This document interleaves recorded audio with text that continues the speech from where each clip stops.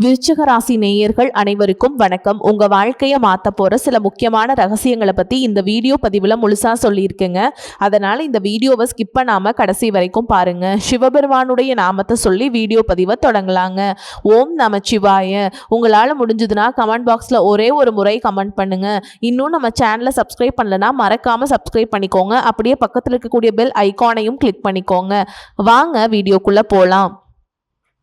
உலகெங்கிலும் உள்ள விருச்சிக ராசி அன்பு சொந்தங்களுக்கு வணக்கம். இப்போ தலைப்பை பார்த்துருப்பீங்க. விருச்சிக ராசிக்காரங்களை பொறுத்த வரைக்கும் எஸ் என்ற எழுத்து கொண்ட நபரால் உங்கள் வாழ்க்கையில் 3 மிகப்பெரிய சம்பவங்கள் நடக்க போகுது. இது கடவுளே நினைச்சாலும் தடுக்க முடியாதுன்னு போட்டிருக்கேன். இப்போ விருச்சிக ராசிக்காரங்க யோசிப்பீங்க, அது என்னம்மா ஆல்ரெடி நிறைய பேர் என் வாழ்க்கையில் போயிட்டாங்க, சொல்லப்போனால் என் வாழ்க்கையில் நான் இப்போ கீழே விழுந்தது காரணமே பல பேருடைய சூழ்ச்சி தான் அப்படின்னு யோசிக்கிறீங்களா? ஸோ அந்த சூழ்ச்சிக்கு ஒரு முடிவு கட்டணும். ஃபர்ஸ்ட் உங்களுடைய குணத்தை மற்றவங்க எப்படி பார்க்குறாங்க, அதை நீங்கள் எந்த அளவுக்கு மேம்படுத்திக்கணும். உண்மையாவே நம்ம மற்றவங்க நினைக்கிற மாதிரி தப்பானவங்களா, கோபக்காரங்களா, கடினமானவங்களா, யாரையும் புரிஞ்சுக்காம நம்ம சுயநலமாய் இருக்கோமா அப்படிங்கிற கேள்விகளுக்கும் உங்களுக்குள்ள இருக்கு. ஆனா ஒரு விஷயத்த முதல்ல விருச்சிக ராசிக்காரங்க புரிஞ்சுக்கணும். என்ன தெரியுமா, வெளியில பாக்குறப்ப நீங்க எவ்வளவுதான் கடினமா தெரிஞ்சாலும் சரி, உங்களுடைய மனசுக்குள்ள இருக்கக்கூடிய பாசம் வேற எந்த ராசிக்காரங்களுக்குமே புரியாதுங்க. நீங்க ஒருத்தரை நம்பிட்டீங்க அப்படின்னா முழுசா நம்புவீங்க. அவங்களுக்காக உங்களால முடிஞ்சது எல்லாத்தையுமே செய்வீங்க. ஆனா அவங்களே உங்க நம்பிக்கை உடைச்சிட்டாங்க அப்படின்னா அந்த அனுபவத்தை வாழ்நாள் முழுவதும் மறக்காம வச்சுப்பீங்க.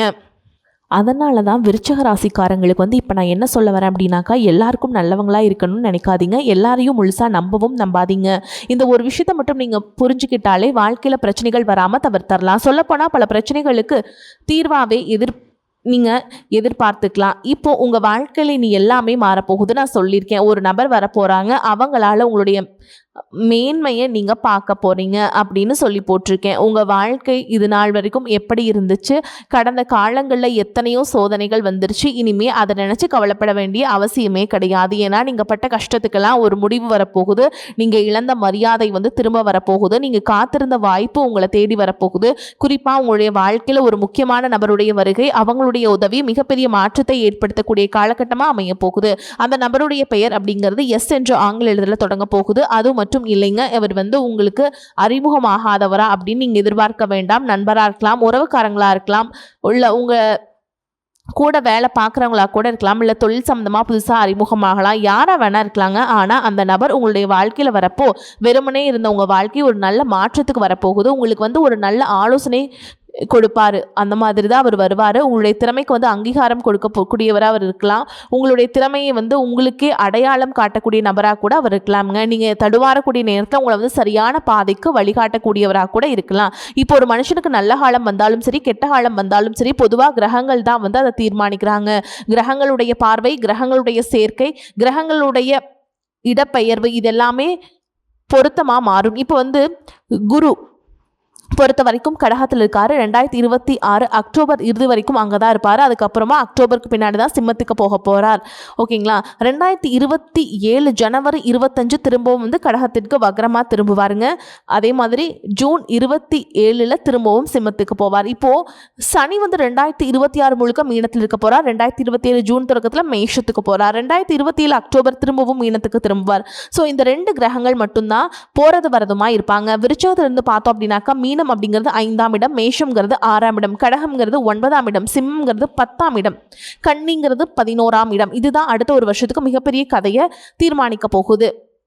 வெற்றி வாழ்க்கையில் நல்லதும் சரி, கெட்டதும் சரி, வாய்ப்பும் சரி, எல்லாமே இதில் தான் கிடைக்க போகுது. ஸோ குருவை பொறுத்த வரைக்கும் 9ஆம் இடத்துல இருக்கார். அதிர்ஷ்டம் திறக்கக்கூடிய காலம். விருச்சிக ராசிக்கு குரு கடகத்திலிருந்து 9ஆம் இடம் அப்படிங்கிறது குறிப்பாக அதிர்ஷ்டம், தந்தை வழி ஆதரவு, பெரியவங்களுடைய ஆசீர்வாதம், ஆன்மீகம், தொலைதூர பயணம், உயர்கல்வி, வழிகாட்டுதல், நல்ல வாய்ப்புகள், இது எல்லாத்தையுமே முன்னிலைப்படுத்தக்கூடிய இடம் இந்த 9ஆம் இடம். நீண்ட காலமாக முயற்சி செஞ்சோம், நடக்காமல் இருந்த விஷயம் திடீர்னு நடக்க ஆரம்பிக்கும். குறிப்பாக குரு கடகத்தில் இருக்கிறது, வலிமையான நிலையில் இருக்கிறது, வேத ஜோதிட பணி விருச்சிக ராசிக்காரங்களுக்கு சிறப்பு தான். சொல்லப்போனால் 2026 ஆகஸ்ட் முதல் அக்டோபர் வரையிலும் மிக முக்கியமான காலமே சொல்லலாம். ஸோ குரு உங்களுக்கு சிறப்பாக நல்லதை கொடுத்துருவாருங்க. அதே போல் இதனால் பணவரவை எப்படி இருக்கும், குருவுடைய பார்வை காரணமாக விருச்சிக ராசிக்காரங்களுக்கு தொழில், வருமானம், குடும்பம் எல்லா விஷயங்களுமே மறைமுக ஆதரவு கிடைக்குங்க.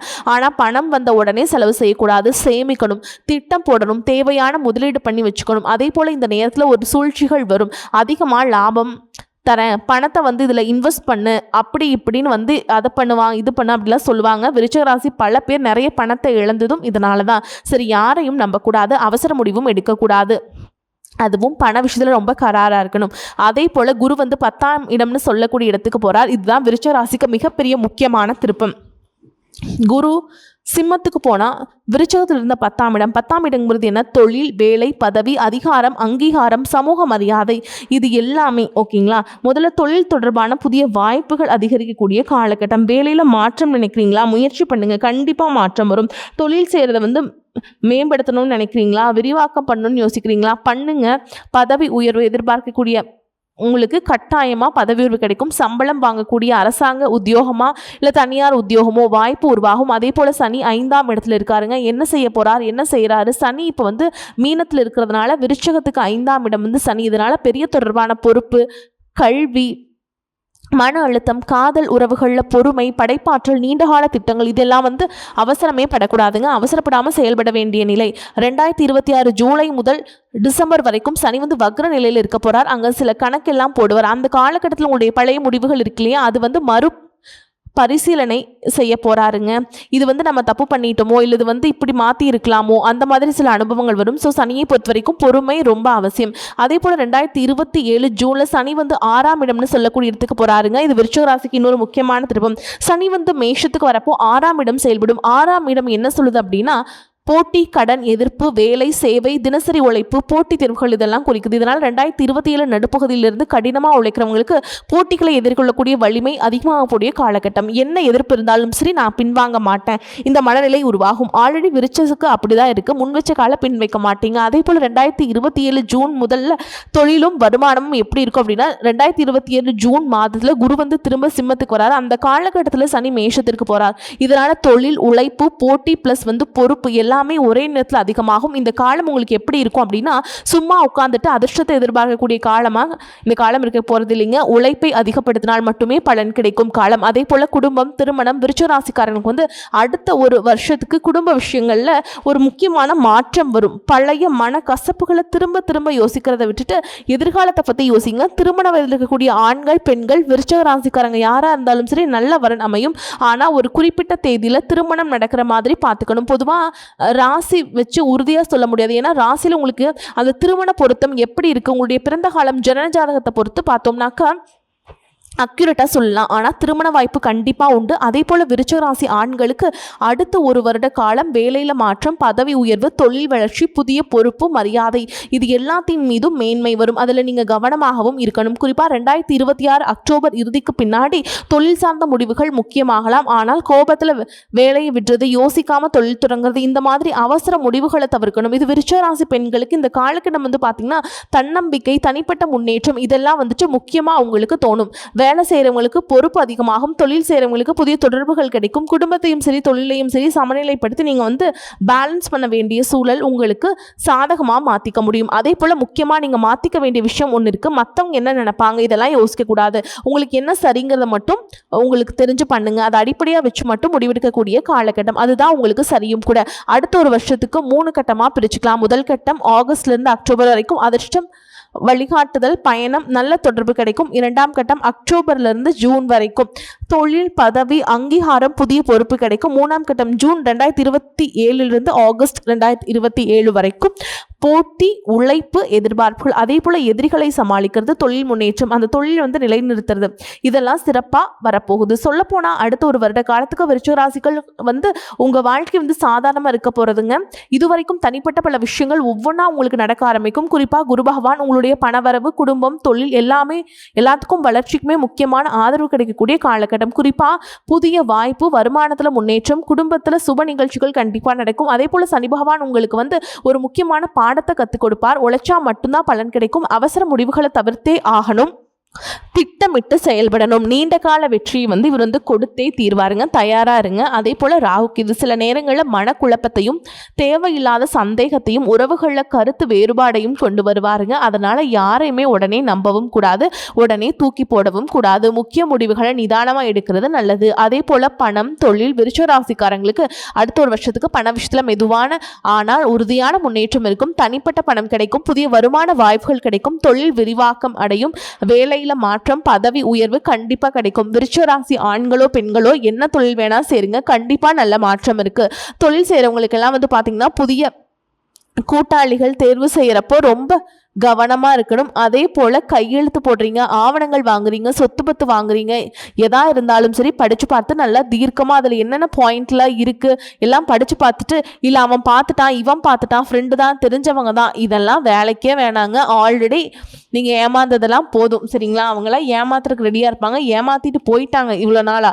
நல்லா ஆராய்ச்சி பண்ணிட்டு முடிவு பண்ணி நீங்கள் எல்லாமே பண்ணணும். அதே போல் குடும்பம், உறவு, குடும்பத்தில் நீண்ட நாட்களாக இருந்து வந்த மனக்கசப்புகள் குறைய ஆரம்பிக்கும். திருமண வாழ்க்கையில் ஒருத்தர் வந்து புரிதல் அதிகமாகும். ஆனால் உறவுக்காரங்கிட்ட பண விஷயத்தில் ஒரு வரைமுறை வச்சுக்கோங்க. எல்லையை தாண்டி கொடுக்கறதும் வேண்டாம், வாங்குறதும் வேண்டாம். குறிப்பாக உங்களுடைய திட்டங்களை, அவங்களுடைய சேமிப்புகளை, உங்களுடைய தொழில் முடிவுகளை மற்றவங்க கிட்ட பகிரவே கூடாது. அது விருச்சிக ராசி பெண்களுக்கு அடுத்த ஒரு வருஷம் தன்னம்பிக்கை. அது வரைக்கும் முன்னாடியே சொல்லிட்டேன், வேலை, தொழில், கல்வி, குடும்பம், பொறுப்புன்னு எந்த துறைகளில் நீங்கள் இருந்தாலும் சரி உங்களுடைய முடிவுகளுக்கு மதிப்பு கிடைக்கும். நீண்ட நாட்களாக தள்ளி போன உங்களுக்கு தனிப்பட்ட ஆசை இப்போ நிறைவேறதுக்கான வாய்ப்பு கிடைக்கும். ஆண்களுக்கு தொழில், பண விஷயத்தில் பொறுப்பு அதிகமாகும். அதே நேரத்தில் வளர்ச்சிக்கான வாய்ப்புகளும் அதிகமாகும். ஒரு திறமை வந்து மற்றவங்க கவனிக்க தொடங்குவாங்க. குறிப்பாக வேலை செய்கிறவங்களுக்கு மேல் அதிகாரிகள் கிட்ட நல்ல பெயர் கிடைக்கும். ஸோ இந்த அதிர்ஷ்ட எழுத்து அப்படின்னு நான் சொன்ன விருச்சிக ராசியை பொறுத்த வரைக்கும் எஸ் மற்றும் கிடையாதுங்க. அது நான் மா ரா ஓகேங்களா. இந்த எழுத்துக்களில் வரக்கூடிய ஆட்களை நீங்கள் சந்திச்சாலும் அவங்களால் உங்களுக்கு ஒரு நம்பகமான ஏதாவது ஒரு வழிகாட்டுதல் கிடைக்கும்.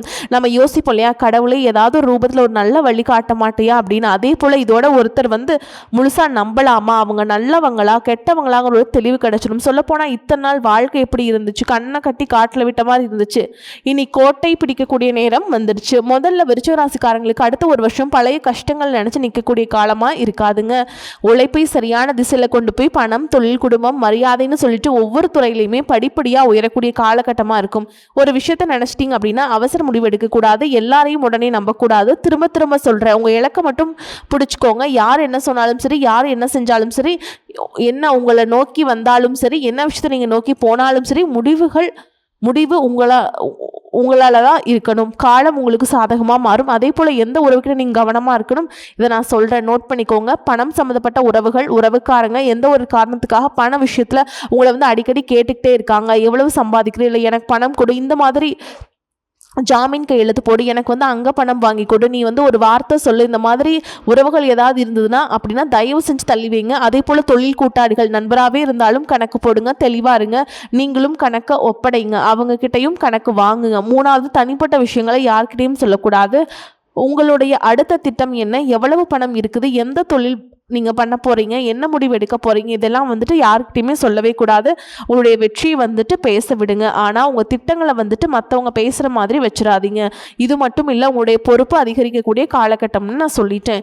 மரியாதையும் அதிகரிக்கக்கூடிய காலகட்டம். வேலை மாற்றம், புதிய வாய்ப்பு, தொழில் செய்கிறீங்க, அதெல்லாம் சொன்னேன். குடும்ப விஷயத்துலையும் சரி, பண விஷயத்துலையும் சரி அடுத்தடுத்த கட்டத்துக்கு நீங்கள் போவீங்க.